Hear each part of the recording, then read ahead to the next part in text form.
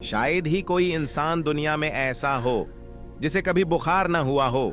जब बुखार होता है तो इंसान दर्द और बुखार की शिद्दत से बेचैन हो जाता है और दिल ही दिल में यही चाहता है कि कोई उसे उस तकलीफ से निजात दिला दे।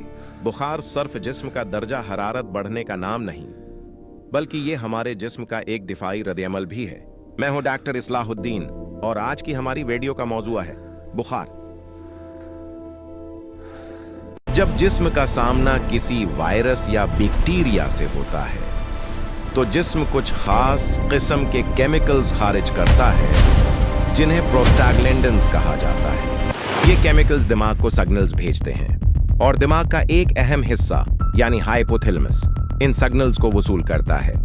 उसके नतीजे में हाइपोथैलेमस जिस्म के दर्जा हरारत को बढ़ा देता है और यूं इंसान बुखार में मुब्तला हो जाता है।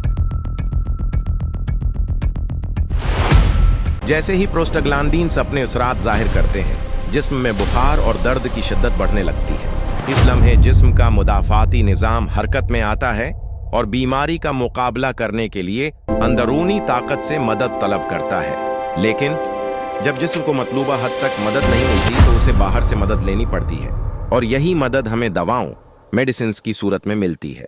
बुखार को कंट्रोल करने वाली अद्वियात में एक निहायत मशहूर और मुअस्सिर दवा पैरासिटामोल है, जो आम तौर पर पनाडोल के नाम से जानी जाती है। जब मरीज इस दवा को इस्तेमाल करता है तो ये आहिस्ता आहिस्ता प्रोस्टाग्लैंडिन्स के असरात को कम करने लगती है। जो जो इनका असर कम होता है, बुखार और दर्द भी कम होने लगते हैं। आखिरकार जिस्म दोबारा अपनी कुदरती और नॉर्मल हालत में वापस आ जाता है और उसी हालत को हम सेहत कहते हैं।